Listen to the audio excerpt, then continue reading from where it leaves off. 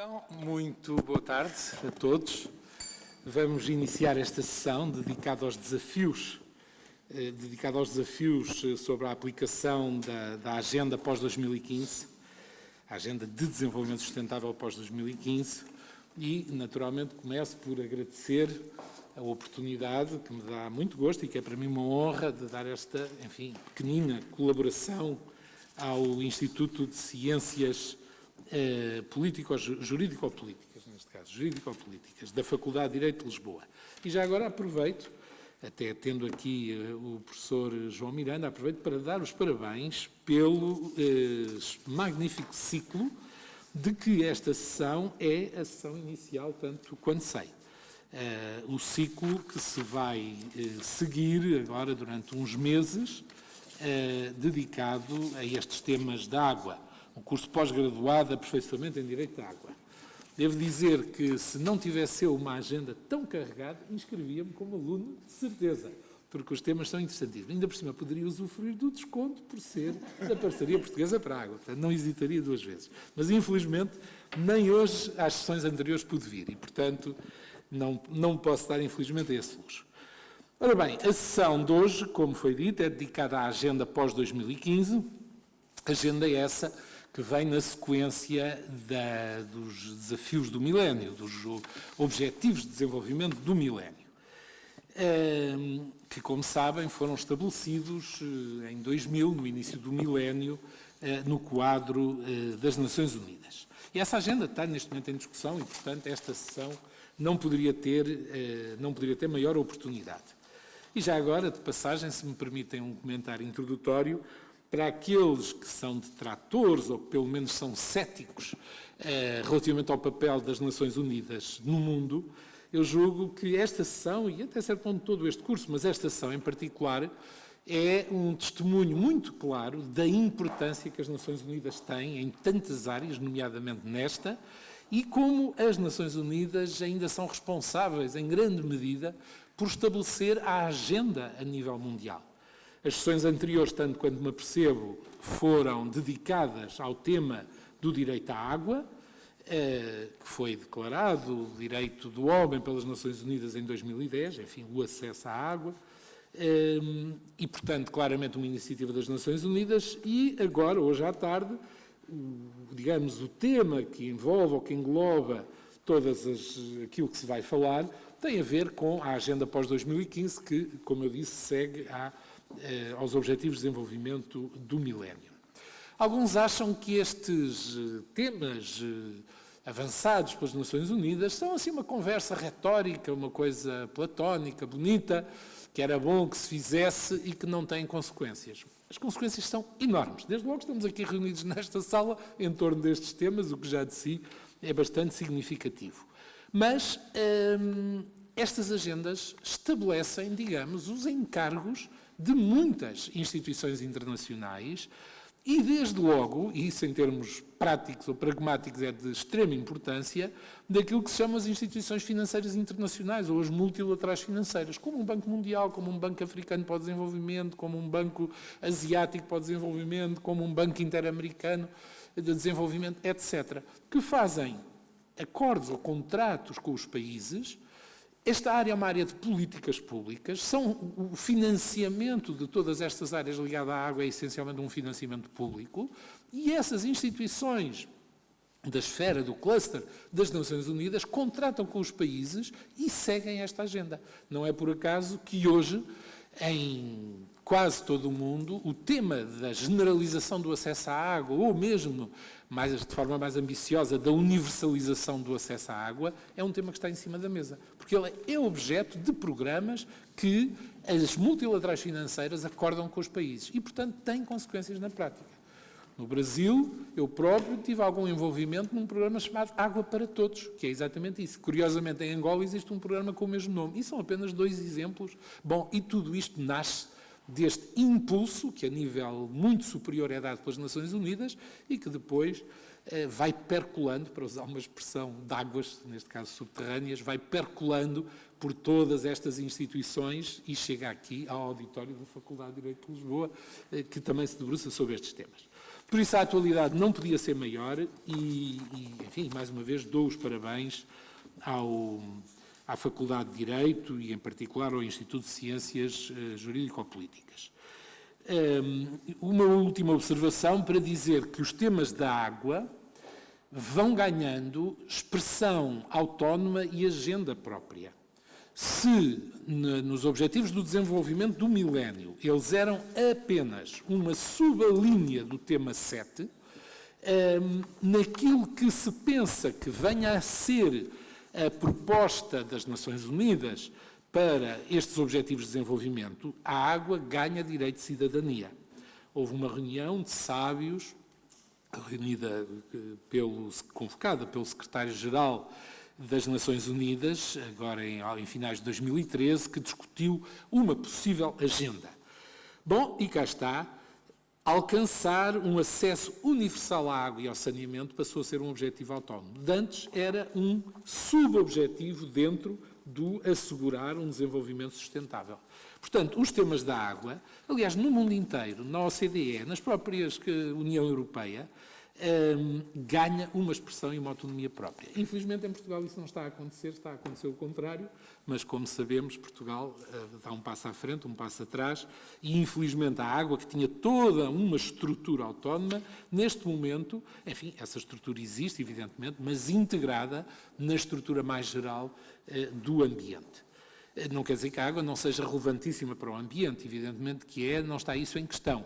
Mas a água tem especificidades próprias, desde logo a sua relação com o desenvolvimento, que ultrapassa muito os limites, as fronteiras, a lógica, a dinâmica, eu até diria a cultura ambiental. E penso que a tendência no mundo inteiro é exatamente hoje reconhecer e autonomizar a agenda da água.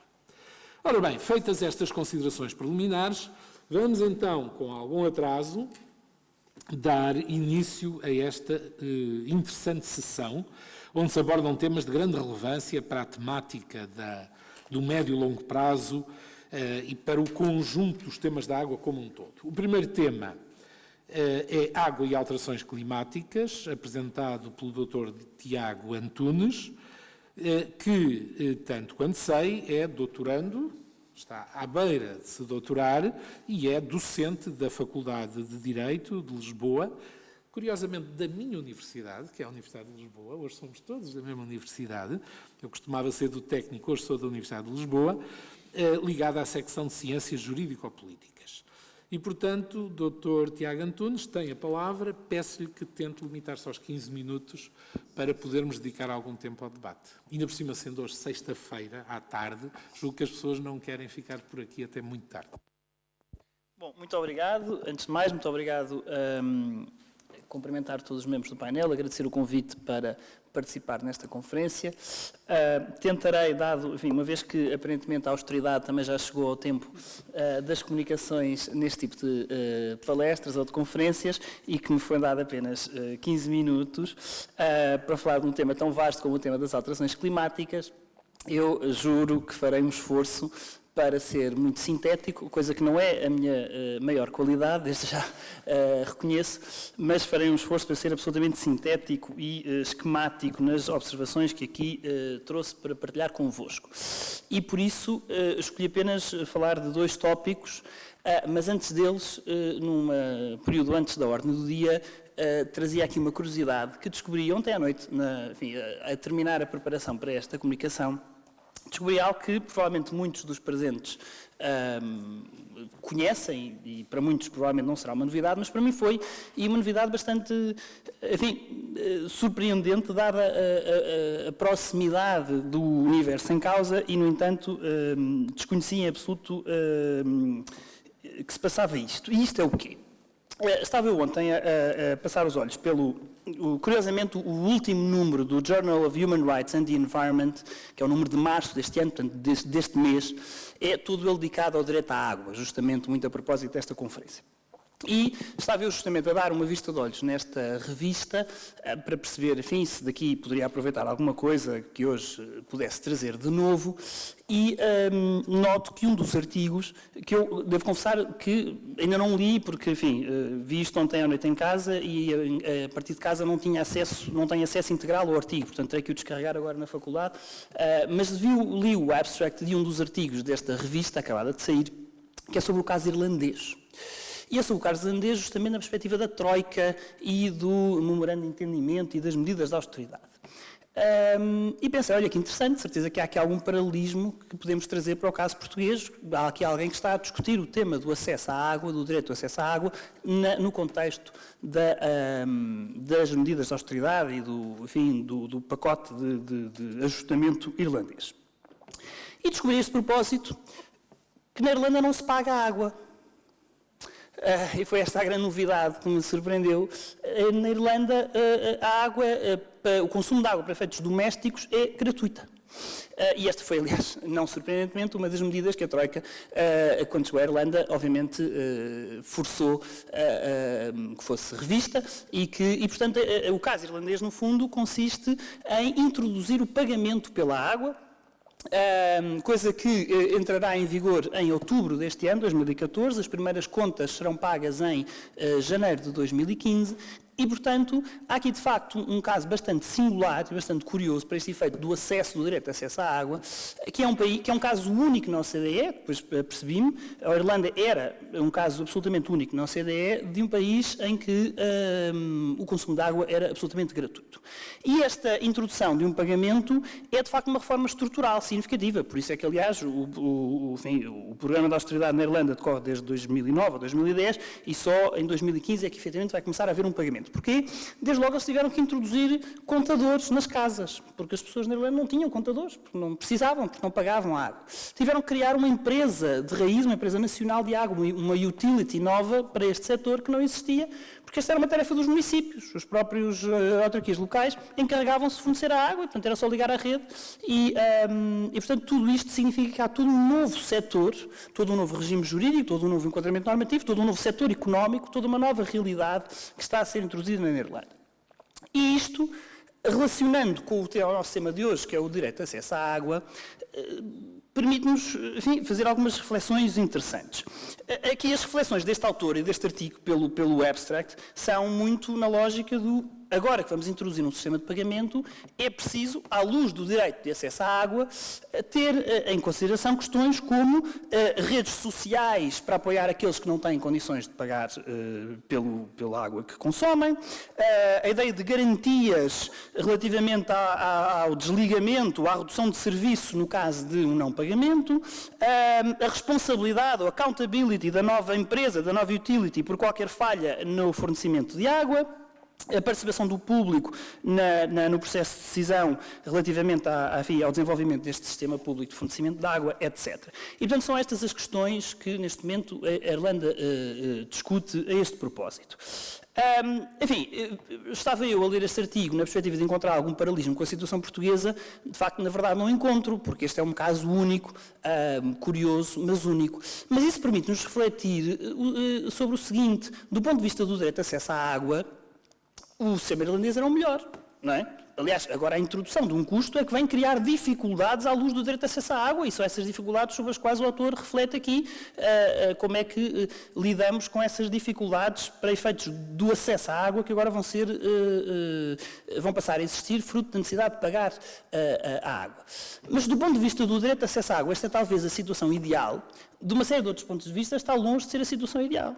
Do ponto de vista da sustentabilidade económica do sistema, tenho grandes dúvidas se é o sistema ideal, mas desde logo do ponto de vista ambiental. E isto entronca numa questão que a professora Carla Amado Gomes há pouco falava, que é a questão dos comuns e dos bens que são de todos e pelos quais não se paga. E, obviamente, se eu não tiver que pagar pelo acesso à água, a minha tendência é para, enfim, não terei qualquer incentivo a poupar e seguramente e provavelmente terei uma tendência para desperdiçar alguma água. E isto tem implicações, obviamente, em termos de capacidade de infraestrutura, em termos económicos e em termos ambientais. E, portanto, aqui está um domínio em que temos, ao contrário do que se tem falado aqui muito hoje, do paralelismo, isso é a mesma coisa, são coisas diferentes, a vertente ambiental da água e da vertente do acesso à água, mas aqui temos estas duas vertentes, mas em choque. Temos, por um lado, um maior acesso à água, seria facilitado pela lógica gratuita no fornecimento, mas isso, desde logo, é desaconselhável do ponto de vista ambiental, do ponto de vista da sustentabilidade, quer económica, quer financeira, quer ecológica. E, portanto, às vezes aqui a ideia do pagamento e do custo funciona também em benefício do ambiente. Isso é, aliás, um tema que eu tenho trabalhado muito, como é que se pode, e por isso também me interessei por este caso, como é que, enfim, a lógica do económica e do pagar por estes serviços ambientais e do introduzir um preço pode funcionar em serviço do ambiente, embora possa também causar dificuldades no acesso das pessoas, geralmente das pessoas mais vulneráveis à água. Por fim, diz este autor que este caso irlandês é interessante porque coloca a questão do direito de acesso à água no contexto dos países desenvolvidos. Porque, de facto, este tema é sobretudo discutido a propósito de países em desenvolvimento. Mas aqui está um tema relevante a propósito do direito de acesso à água que tem aplicação num país desenvolvido. E termina ele este abstract dizendo, e é isso que me deixa mais curioso para ir ler agora o artigo, porque é nesta parte que podemos encontrar eventualmente alguns paralelismos com o caso português, diz ele que o caso irlandês pode trazer lições para outros países desenvolvidos que estejam a enfrentar medidas de austeridade, que estejam a enfrentar reformas no setor da água relacionadas com a política de austeridade, designadamente no que diz respeito à privatização dos serviços de fornecimento de água e de saneamento básico. E, de facto, aí é que já a nossa realidade vem ao de cima. A nossa realidade da situação, porque vivemos, porque atravessamos atualmente no país, não, no que diz respeito na interseção com esta temática do direito à água, não passa tanto por introduzir um pagamento pelo consumo de água, que isso já temos, mas pode passar por esta questão da privatização. O atual governo tem dito que não privatizará a água, mas fala-se de concessões e de entrada eventual de capital privado, enfim, progressivamente neste domínio, e aí isso é que é eventualmente uma lição deste caso irlandês que pode ser interessante para o nosso caso português, se avançarmos por aí, e para pensar em que termos é que esta lógica da privatização ou da concessão pode tocar e pode eventualmente condicionar ou afetar o direito de acesso à água e que relevância é que terá para este prisma do direito à água. Enfim, mas já falei muito e ainda não falei nada de alterações climáticas. E, portanto, bom... eu disse que não era o meu forte, claramente. Muito bem. Então diria o seguinte, tentando ser absolutamente esquemático. Sobre este nexo entre alterações climáticas e direito de acesso à água. 3 pontos. Primeiro ponto, ambas são temáticas internacionais, ou que têm tido, sobretudo, um tratamento internacional. Embora, obviamente, possam ter e têm também uma dimensão interna, doméstica, nacional, têm sido, sobretudo, tratadas na arena jurídica internacional, e isso, desde logo, pelo menos no que diz respeito às alterações climáticas, faz todo sentido, uma vez que é um fenómeno global e não localizado. E, como disse há pouco, também, não só na arena internacional, mas, sobretudo, com incidência sobre os países em desenvolvimento. Isso nota-se quer na temática do direito à água, quer na temática das alterações climáticas, as incidências são, sobretudo, mais relevantes relativamente aos países mais pobres. Segundo tópico, apesar de tudo, e que se entronca em algo que já foi referido aqui várias vezes hoje, designadamente há pouco pelo Dr. Mark Kirkby, apesar de tudo, há diferenças muito significativas entre estas duas ideias, entre estes dois polos, entre estas duas questões da política de alterações climáticas, por um lado, e da questão do acesso à água. Por um lado, a questão do acesso à água não é uma questão estritamente naturalística, como hoje já foi várias vezes referido. Não tem apenas a ver com o recurso ambiental à água, com o recurso natural à água. Tem a ver com infraestruturas, tem a ver com opções políticas, tem a ver com definições de tarifário, tem a ver com uma série de processos e de realidades sociais, políticas e económicas que vão muito para lá da questão meramente natural, ao passo que as alterações climáticas são essencialmente um fenómeno natural, embora com causas humanas, mas tem manifestações essencialmente naturais.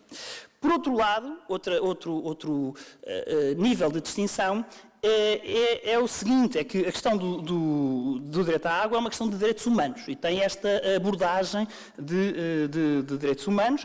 E, normalmente, as relações de direitos humanos são relações entre o indivíduo e o Estado, e, portanto, ou uma entidade exercendo poderes públicos. Ao passo que a lógica da política climática e do direito climático não tem sido tanto abordada pelo prisma dos direitos humanos, embora haja quem defenda e quem tente, enfim, fazer avançar esta lógica de um direito ao ambiente e de um direito humano no que diz respeito à problemática das alterações climáticas, mas é algo que ainda está a fazer o seu caminho. No essencial, a temática das alterações climáticas tem sido abordada entre Estados, portanto, na lógica típica, tradicional do direito internacional de negociações internacionais entre Estados. E, portanto, há aqui, de facto, duas abordagens, uma abordagem dos direitos humanos e uma abordagem ambiental que tem características e estruturas negociais e discussão jurídica distintas. Desde logo, outra diferença óbvia é que as alterações climáticas são algo que devemos combater, e a questão é como é que as combatemos. O acesso à água é algo que se deve garantir, e a questão aí é como garantir. E, portanto, obviamente, há aqui perspectivas distintas entre estes dois temas, que estão, obviamente, relacionados, mas que, apesar de tudo, têm dimensões próprias, cada um deles. Depois, outro tópico, para chamar a atenção justamente para as ligações, foquei essencialmente as diferenças, chamar a atenção para as ligações entre uma questão e outra. E aqui, obviamente, as alterações climáticas operam como uma ameaça, como um perigo para a implementação e o gozo do direito à água. Quer diretamente, porque as alterações climáticas provocam modificações na quantidade e na qualidade do recurso à água disponível, quer indiretamente, porque por força de questões populacionais, migratórias, de padrões de consumo de água que vão mudando e que afetam também e têm impacto sobre a questão do acesso à água. Por outro lado, as alterações climáticas manifestam muitas das suas consequências através do ciclo hidrológico. E, portanto, as consequências mais violentas, mais impactantes das alterações climáticas, chamados fenómenos meteorológicos extremos, muitos deles são fenómenos que afetam o meio hídrico, quer ao nível, obviamente, das inundações, quer, pelo contrário, grandes secas, outras mudanças no padrão de precipitação, que afetam, por exemplo, podem afetar grandemente a agricultura, quer nos desastres naturais propriamente ditos, furacões, grandes enxurradas, grandes deslizamentos de terras, como aconteceu agora recentemente nos Estados Unidos, no estado de Washington, etc. Tudo isto são efeitos meteorológicos extremos, gravíssimos em termos de danos, quer materiais, quer em termos de vidas humanas, e muitos deles operam no ciclo da água. Por outro lado, os extremos em termos de temperatura, quer as ondas de calor, quer as frentes frias, etc., podem conduzir a uma série de efeitos que afetam também a forma de acesso à água. Podem conduzir a uma escassez de água e, portanto, maior custo da água, maior dificuldade de acesso, migração pela falta de água num determinado local. Podem conduzir a uma competição, podem reforçar a competição pelos recursos hídricos e podem conduzir mesmo a conflitos, eventualmente até armados. Podem conduzir a uma contaminação de certas fontes de acesso à água, pelo espalhar de doenças, pela destruição de sistemas de distribuição e de saneamento básico, etc., etc. E, portanto, tudo isto são problemas, manifestações das alterações climáticas que diretamente ou indiretamente tocam e afetam e prejudicam o gozo deste direito de acesso à água e ao saneamento básico. Por fim, a questão das alterações climáticas pode trazer problemas para a justiciabilidade deste direito, para a exigibilidade jurídica deste direito. Porque se a escassez ou a dificuldade ou a maior onerosidade no acesso à água se ficarem a dever alterações climáticas, será mais difícil a um tribunal exigir o cumprimento desse direito quando o cumprimento desse direito ficou impossibilitado por questões que, em grande medida, ultrapassam a vontade humana ou política e que têm a ver com fenómenos meteorológicos. Bom, para finalizar, o segundo tópico, mas aqui serei muito breve, o segundo tópico que vos trazia tem a ver com como é que se pode incorporar a questão do acesso à água nas negociações internacionais sobre o clima.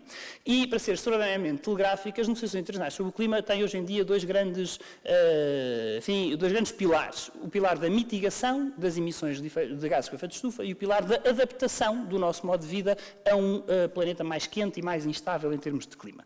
Ao nível da mitigação, há ligações óbvias com a questão da água, ao nível das energias renováveis, designadamente da energia hidroelétrica, ao nível da agricultura, uma agricultura menos poluente, e fala-se aí muito de uma climate smart agriculture, formas de cultivo agrícola que sejam menos lesivas em termos de efeito de estufa, e também ao nível das florestas e das implicações que isso tem, quer em termos de água, quer em termos de emissões de gases com efeito de estufa. A propósito da mitigação, e este é um tema que eu queria desenvolver, já não vou desenvolver, fala-se muito do princípio das responsabilidades comuns, mas diferenciadas.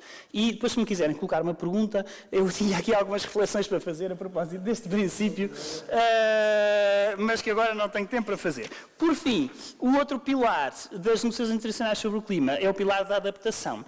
Por mais que tentemos agora reduzir as emissões de gases com efeito de estufa, haverá sempre um aquecimento inevitável do planeta. E, portanto, temos que nos adaptar a um planeta mais quente e mais instável. E isso tem óbvias ligações também com estas estratégias de adaptação, que hoje em dia são um tema muito na ordem do dia. Muitas delas passam também pela forma de utilizar a água na agricultura, no uso pessoal, etc. E esse propósito referia só que temos um quadro global a este propósito que vem desde da Conferência de Cancún em 2010, que é o quadro de adaptação de Cancún, que é a referência geral ao nível da ONU sobre esta matéria da adaptação, e depois ao nível da União Europeia tem havido um trabalho sistemático e muito interessante ao nível da adaptação. Há um livro branco de 2009 sobre a adaptação, tem lá umas referências à água que eu iria citar, mas que já não cito. Depois este livro branco foi desenvolvido por vários outros documentos, um deles tem a ver com a água. Há também um outro documento de 2012 chamado Uma Matriz Destinada a Preservar os Recursos Hídricos da Europa e que tem também ligações com este tema da adaptação às alterações climáticas. Há uma estratégia de 2013 e, portanto, de facto, a questão do acesso à água e do uso da água é uma questão de primeira ordem, nesta ideia de que temos que modificar o nosso padrão de vida em fruto de um planeta que está diferente e cujo clima é, obviamente, não só mais quente, mas mais incerto. Sim, senhor. Muito obrigado. E obrigado pelo esforço para ser sintético, não tanto pelos resultados, mas pelo esforço. Esse foi manifesto. Ora bem, vamos prosseguir. Dou agora a palavra ao professor João Miranda, não precisa da apresentação, ainda por cima nesta casa, evidentemente, professor da Faculdade de Direito, da secção Ciências Jurídico-Políticas e, seguramente, um dos grandes animadores, criadores, e julgo que ligado a responsabilidades de direção do Instituto das Ciências Jurídico-Políticas. O tema, água e desenvolvimento urbano. Muito obrigado. Boa tarde a todos. Quero começar por cumprimentar o professor Francisco Nunes Correia, moderador deste painel, e, na sua pessoa, cumprimentar a Parceria Portuguesa para a Água, uma vez que é Presidente do Conselho de Administração dessa entidade. O Instituto de Ciências Jurídico-Políticas é associado da PPA e agradecer todo o contributo que a Parceria tem dado a todas as atividades que o Instituto vem realizando nos últimos 2 anos no setor da água. Aproveito também para cumprimentar os meus colegas de mesa, que são todos da Faculdade, os professores Fernando Loureiro Bastos, Ruth Saraiva e o Dr. Tiago Antunes, agradecendo-lhes a qualidade, na minha qualidade de um dos coordenadores científicos do curso de pós-graduação, a disponibilidade para participarem neste painel. Por fim, cumprimento os membros da plateia, esperando que os trabalhos ocorridos até agora, infelizmente eu só cheguei há 2 horas do estrangeiro, mas que os trabalhos ocorridos até agora não tenham defraudado as expectativas e que tenham correspondido àquilo que é o interesse e a atualidade deste tema. Bom, o tema desta conferência, e eu começaria pelo tema da conferência até depois chegar ao tema da minha intervenção, e acho que vou conseguir, não vou só esforçar-me, vou conseguir cumprir os 15 minutos. O tema desta conferência é o direito à água no quadro dos Objetivos do Desenvolvimento Sustentável pós-2015 das Nações Unidas. A escolha do tema foi deliberada e esta escolha do tema deveu-se essencialmente a 3 razões. Em primeiro lugar, à centralidade que o tema da água assume no quadro das preocupações ambientais e, por outro lado, atendendo ao caráter valioso deste recurso natural e a interferência que esta política da água tem com outras políticas públicas setoriais. Em segundo lugar, como de certeza já foi aqui referido, sobretudo atendendo à intervenção da doutora Catarina Albuquerque, o reconhecimento do direito de acesso à água potável e ao saneamento básico como direito do homem, através da resolução da Assembleia Geral da ONU de 2010, 64/292, de 28 de julho de 2010. E, em terceiro lugar, e esta foi, pode dizer-se, a razão predominante, a razão fundamental da escolha do tema da conferência, as Nações Unidas encontram-se a elaborar, neste momento, e a debater os Objetivos do Desenvolvimento Sustentável, que, como já foi aqui referido pelo professor Nunes Correia, objetivos esses que ainda não se sabe se irão substituir, mas pelo menos irão ser um novo passo face aos Objetivos do Desenvolvimento do Milénio, que terminam agora em 2015. Decorrem neste momento negociações intergovernamentais, há comitês de peritos no âmbito da ONU a fazer o seu trabalho, sobretudo na elaboração de relatórios, e espera-se que até setembro deste ano já haja um documento minimamente consolidado que depois dê aso a políticas aceites pelos Estados e que possam depois também ter um reflexo a nível interno. Estes objetivos do desenvolvimento sustentável pós-2015, portanto com o horizonte temporal 2015-2030, são objetivos que têm um largo espectro de destinatários. Destinam-se naturalmente aos Estados, independentemente de ser o Estado enquanto Estado Nacional ou Estados Federados, comunidades infraestaduais, autarquias e outras, regiões, quando elas existem, mas destinam-se também a outras entidades, nomeadamente a entidades da sociedade civil, entenda-se empresas, associações e também aqui universidades. E é nesse sentido, respondendo a essa interpelação, que o Instituto de Ciências Jurídico-Políticas vem também com esta conferência dar o contributo para esse debate. Bom, na minha intervenção, e agora procurando ir já mais ao tema da minha intervenção, o meu tema é em que medida é que o desenvolvimento urbano pode constituir um desafio ao objetivo de desenvolvimento sustentável no quadro do setor da água. Bom, como eu já referi, não é ainda claro neste momento os objetivos do milénio serão substituídos ou se eles serão manter-se-ão complementarmente aos objetivos de desenvolvimento sustentável 2015-2030. Independentemente disso, é claro que esses objetivos vão influenciar políticas nacionais e vão influenciar também políticas locais, porque estas políticas adotadas pelas Nações Unidas refletem-se também a uma escala local, e eu estou a enfatizar este aspecto, a escala local, porque normalmente quando se discute a questão do desenvolvimento urbano, a questão do desenvolvimento urbano é colocada a uma escala local ou municipal e não tanto à escala nacional.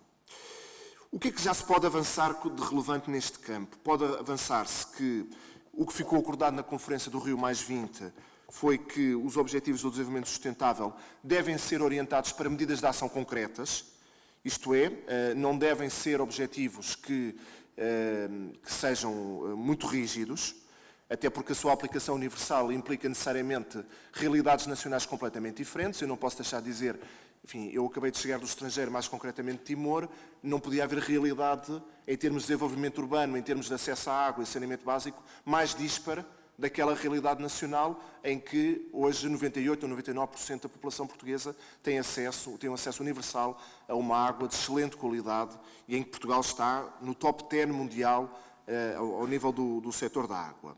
E, portanto, isto significa o quê? Significa que estes objetivos de desenvolvimento sustentável 2015-2030 necessariamente terão que atender às realidades nacionais e terão que atender também à autonomia dos Estados na definição das prioridades e orientações de caráter político. Neste plano político, o secretário-geral da ONU, Ban Ki-moon, em 2012, lançou uma iniciativa que designou Rede de Soluções para o Desenvolvimento Sustentável, e esta Rede de Soluções para o Desenvolvimento Sustentável definiu um conjunto de objetivos, quase que linhas gerais, que depois terão que ser desenvolvidos até setembro deste ano. E esta rede apresentou desde logo uma proposta de objetivos, entre os quais avultam os seguintes: combate à pobreza, um desenvolvimento dentro dos limites permitidos pelo planeta, a garantia do direito à educação, a promoção da igualdade de género, a inclusão social, o acesso a cuidados de saúde a todas as idades, a biodiversidade e a boa gestão dos recursos naturais. Ora, é precisamente sobre este último aspecto que eu queria, no fundo, aqui deixar algumas reflexões. Embora, também queria dizer que estes objetivos entrelaçam-se entre si. Há um entrosamento necessariamente entre esses objetivos. Trazia aqui à colação uma intervenção feita nesta mesma sala pela embaixadora de Cabo Verde, na altura, na conferência inaugural da primeira edição do curso de Direito da Água, em que a embaixadora de Cabo Verde, a doutora Madalena Neves, que tinha sido anteriormente Ministra do Ambiente e da Agricultura de Cabo Verde, chamou a atenção para a importância que a política de barragens teve no Estado de Cabo Verde para assegurar o desenvolvimento de uma política de igualdade de género. Ou seja, a água, uma política pública da água, também pode contribuir para se conseguir lograr outros objetivos. Porque, no caso concreto de Cabo Verde, uma política pública da água ativa contribuiu para assegurar a igualdade de género? Porque, precisamente, no caso da realidade da sociedade cabo-verdiana, era sobretudo a mulher que era onerada com as tarefas de transportar e distribuir água e, portanto, isto para mostrar como que, olhando para estes diferentes objetivos definidos por esta rede de soluções para o desenvolvimento sustentável, eles indiretamente vão todos também tocar a água. Queria também deixar aqui uma nota, uma última referência a propósito de uma contextualização desta Agenda 2015-2030 e que tem a ver com as diferenças da nova realidade face às diferenças à realidade que esteve subjacente aos objetivos do milénio adotados em 2000. É que a realidade em 15 anos mudou muito. E mudou muito porque, desde logo, as projeções demográficas para 2030 apontam para que nós vivamos, o planeta Terra seja habitado por 7,2 bilhões de pessoas, que o PIB anual ande próximo dos 90 trilhões de dólares, o que significa que, se pode dizer assim, usando aqui uma expressão que tem sido cunhada, os limites planetários estão hoje cedidos largamente e os limites planetários de desenvolvimento económico, provavelmente estamos a atingir um ponto, se calhar, de não retorno, a menos que haja uma inflexão geral do ponto de vista de políticas públicas. Para não deixar aqui uma nota só negativa, também queria deixar uma nota positiva. E a nota positiva é a seguinte, é que, para quem acredita na ciência, para quem acredita no desenvolvimento tecnológico, espera-se que o desenvolvimento tecnológico possa contribuir para uma diminuição dos encargos públicos, sobretudo através de ganhos de eficiência. O caso da água é paradigmático porque, no caso da água, ainda há um longo caminho a percorrer no sentido de assegurar-se uma eficiência, seja porque há muito desperdício, seja porque não há suficiente educação ambiental e continua a haver muito desperdício, seja porque, do ponto de vista do aproveitamento das águas, nomeadamente das águas dos efluentes ou das águas das chuvas, há também muito trabalho a fazer nesse campo e, curiosamente, onde é que esse trabalho pode ser feito, sobretudo nesta última dimensão, é sempre na realidade urbana. E, portanto, nós temos que procurar também políticas de desenvolvimento urbano que, articuladas com a política pública da água, assegurem uma diminuição dos encargos públicos na prestação deste bem público fundamental, como é o acesso à água. Bom, a água é, pelas razões que eu já aqui apontei, de facto, um dos temas fundamentais do âmbito da discussão da agenda após 2015. E porque também já foi aqui referido há pouco pelo Dr. Tiago Antunes, é que a água não é uma realidade que se prenda exclusivamente com preocupações ambientais. É verdade que a nossa Lei de Base do Ambiente define a água como uma componente ambiental natural, mas nós não podemos esquecer que a água é também um recurso de elevado valor económico, não só porque é instrumental para muitas atividades económicas, pense no caso da agricultura e da indústria, por exemplo, mas como ela também é instrumental para o desenvolvimento urbano. Porque o desenvolvimento urbano requer infraestruturas urbanísticas. E estas infraestruturas urbanísticas são infraestruturas... Não há cidade sem existência de infraestruturas urbanísticas. E nestas infraestruturas urbanísticas, naturalmente, avultam aquelas que garantem o acesso à água potável e ao saneamento básico. Podia também aqui referir, mas não queria entrar no tema da professora Ruth Saraiva, que também ao nível da política energética a água é absolutamente essencial, nomeadamente para reduzir a nossa dependência de fontes de energia de origem fóssil e que são essas fontes bastante agressivas e lesivas do ambiente. Por outro lado, a água está muito ligada também a um tema que é o tema do combate à pobreza e à exclusão social. Como eu já referi há pouco, esses são também alguns dos objetivos de desenvolvimento, já eram objetivos de desenvolvimento do milénio e agora continuam a ser objetivos de desenvolvimento sustentável. E deixava só aqui alguns números que eu, aliás, até tive a oportunidade de acesso a eles através de publicações em que interveio o professor Francisco Nunes Correia. A falta de abastecimento de água atualmente significa que há 1,2 bilhões de pessoas que têm dificuldades no acesso, que não têm um abastecimento de água adequado. Há 2,4 bilhões de pessoas que vivem com ausência de tratamento de esgotos.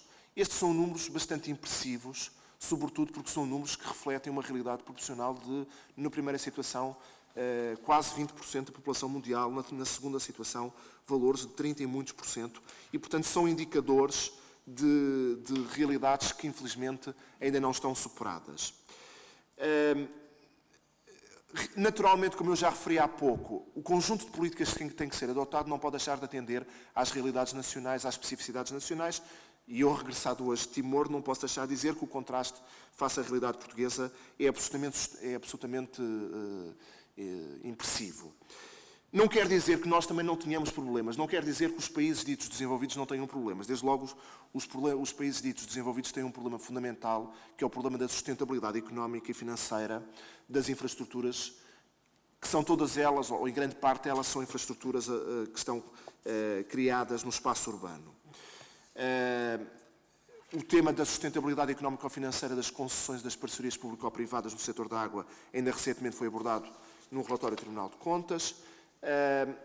E o grande problema que se vai colocar no futuro é o problema que também terá sido também desenvolvido na intervenção do Dr. Marker, que é que eu não pude assistir, que é o problema de como é que nós vamos conseguir manter estes níveis elevadíssimos de qualidade dos serviços públicos da água com as tarifas atualmente existentes. Não por acaso, hoje, e quando estava a fazer tempo no aeroporto, vi uma notícia do El País em que se diz que na Argentina, a Argentina, que tinha as tarifas da água congeladas desde 2001, a Presidente da Argentina anunciou hoje que as tarifas vão aumentar entre 70% e 400%. É um número verdadeiramente impressionante.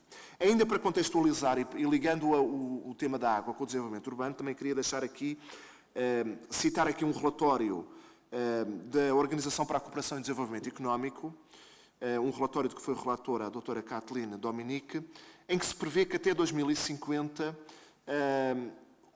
o consumo de água aumente 55%. Esse consumo de água, claro que não vai ocorrer apenas no espaço urbano, irá ocorrer também para outras atividades económicas que não se desenvolvem no espaço urbano, mas isso é um fator que nos deve a nós todos pensar. Nós vamos ter, de acordo com as projeções desse relatório, são só projeções, vamos ter 40% da população mundial a viver em regiões com elevado risco de escassez de água. Se nós juntarmos isso com a circunstância de o fenómeno da migração do espaço rural para o espaço urbano se ir acentuar nas próximas décadas, é muito provável que grande parte destas populações que irão viver em regiões com elevado risco de escassez de água, com situações de racionamento da água, sejam, em muitos casos, populações urbanas. Por isso é que têm que ser adotadas políticas que sejam políticas públicas que envolvam ou que evitem a consumação destes cenários tons negros. Ora, a política pública urbanística é, de facto, uma das políticas públicas fundamentais neste campo. E é, não na perspectiva restritiva que tradicionalmente certa doutrina apontava, porque essa doutrina que escrevia sobre o tema restringia a política pública urbanística ao espaço da cidade. Eu não concordo com essa visão é uma visão redutora.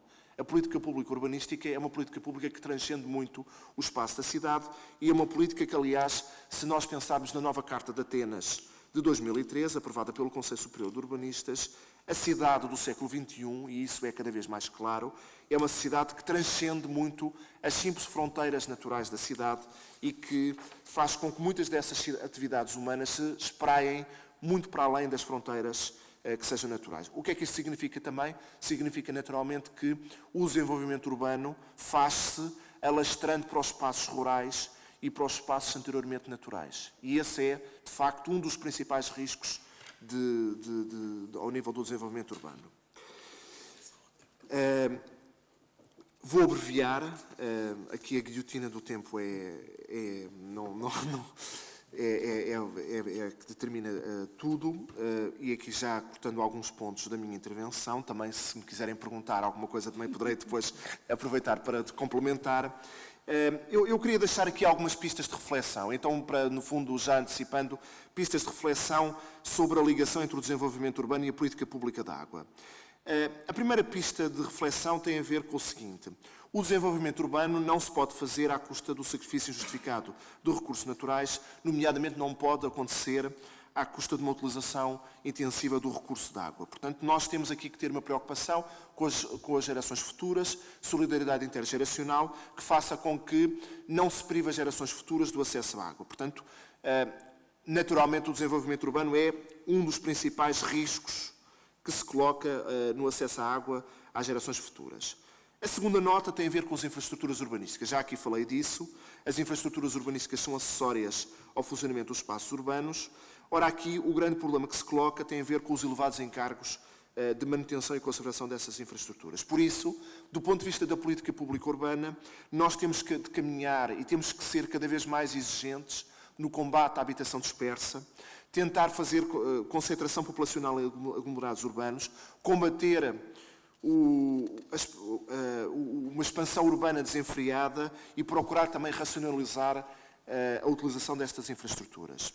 A terceira pista, também já aqui aflorei anteriormente, tem a ver com o seguinte: a necessidade, e aqui contamos muito com o contributo, sobretudo, não dos juristas, mas dos engenheiros e das pessoas das áreas mais científicas, que é como conseguir ganhos tecnológicos que assegurem mais eficiência e que assegurem que as infraestruturas urbanísticas possam funcionar com menores encargos para o setor público.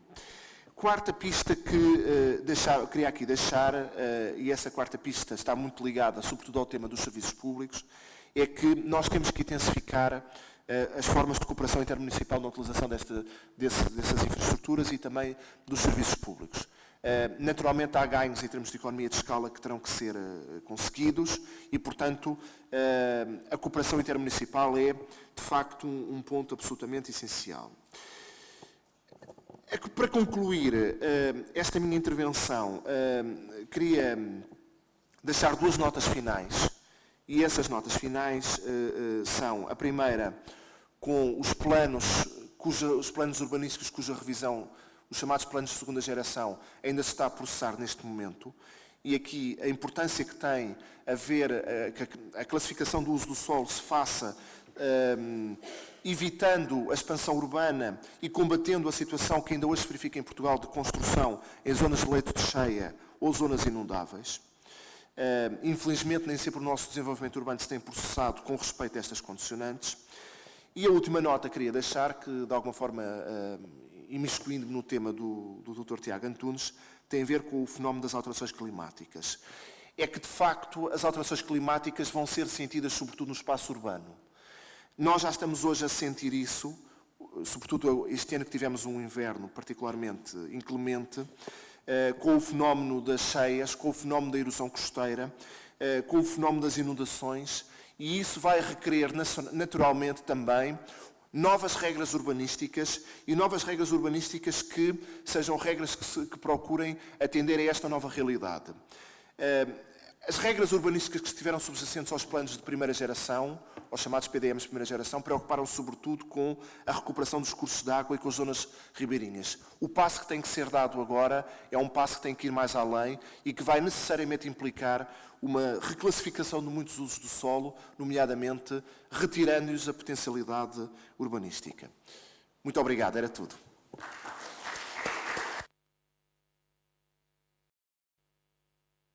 Muito bem, eu lamento fazer aqui o papel do homem da guilhotina, mas eu costumo dizer que os professores estão formatados para falar 50 minutos e julgo que isso está aqui um pouco a ser demonstrado. Aliás, eu digo que o professor é aquele que fala 50 minutos, independentemente do tempo que lhe dão.